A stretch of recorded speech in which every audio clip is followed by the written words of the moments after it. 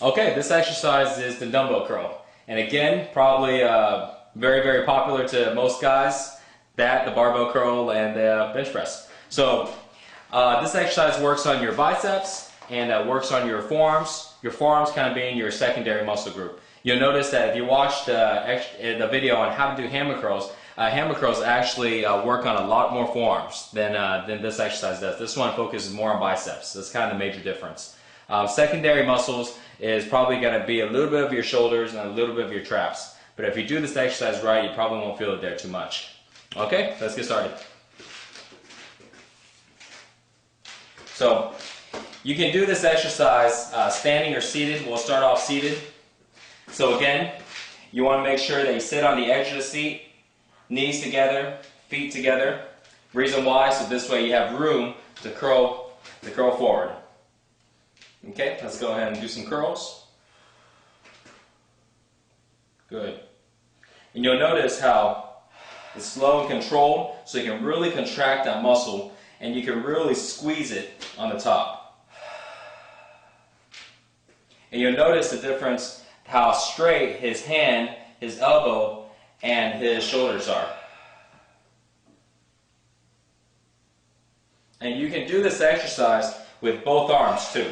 So let's go ahead and do one with both arms. And when you do this exercise with both arms, it's a little harder now because you're contracting both muscles at the same time. And now you're engaging more core.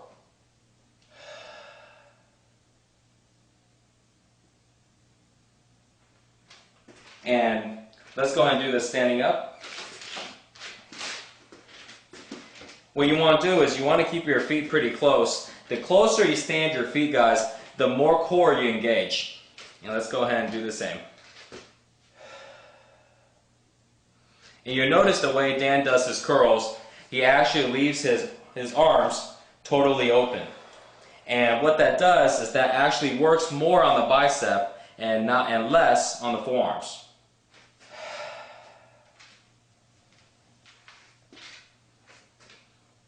And one key thing to look at is making sure, see how straight his body is, that he doesn't move too much. A lot of times you'll see in the gym, guys are rocking when they're doing this exercise, and all they're doing is just using a lot of momentum, and they're going to end up hurting something. Okay, good job, Dan. Some of the common mistakes on this exercise is the excessive rocking. So this is kind of what I call the disco dance. You ever see guys, they'll stand with their feet really wide so they can have some more room to rock, and when they curl, they'll look like this. And if you ever been to a disco club, this is pretty much what they do in there also. A lot of momentum, swinging the weight up, and you're not really working on your biceps at all. Keep your feet, if you don't want to keep your feet all the way together, you can leave it about 6 to 8 inches apart. And you can either do it like the way Dan does it, which is totally open, working more on your biceps, or you can go ahead and start off this way, and as you come up, you'll turn it and you squeeze at the top, and then you come back down.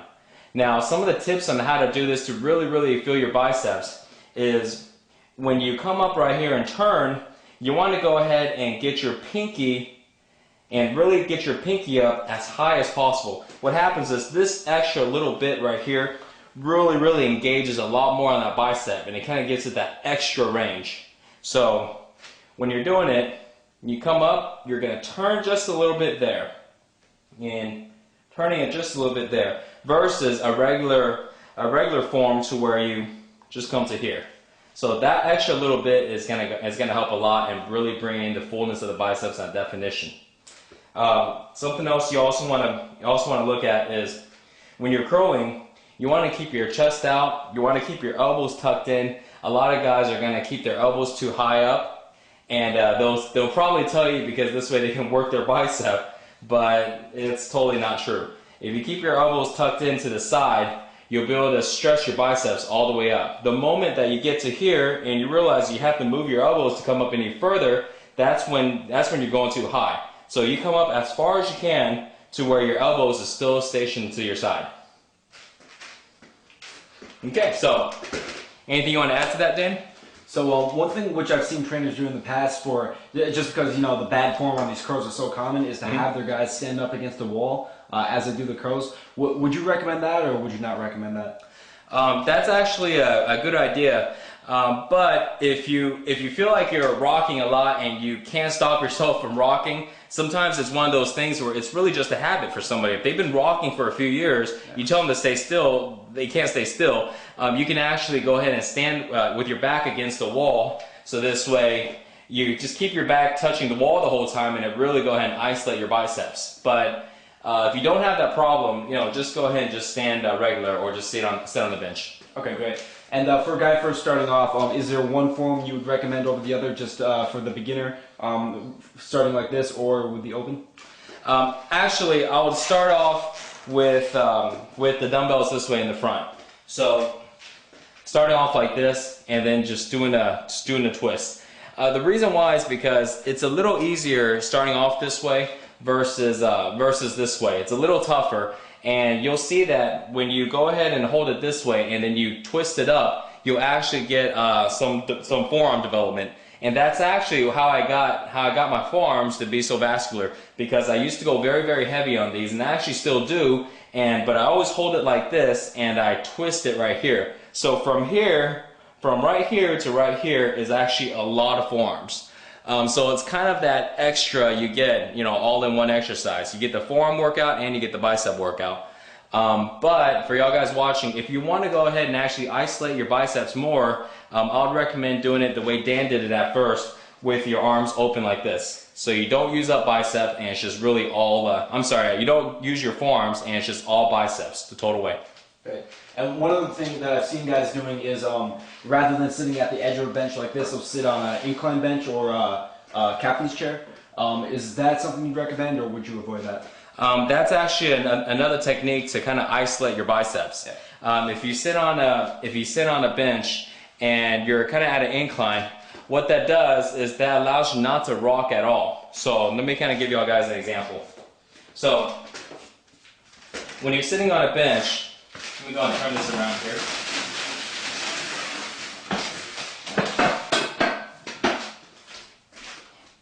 If you wanted to, you can actually do this exercise this way. And this way, you keep your chest out, you put your back against the bench, and now the only thing that's going to move is your arms. So you'll be curling like this. And this basically isolates your biceps a little bit more, and it allows your body not to move at all.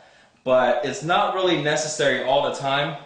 If you want just overall bicep development, and you're not trying to really isolate it, you can just do it standing up, or just do it regularly sitting on the edge of a seat.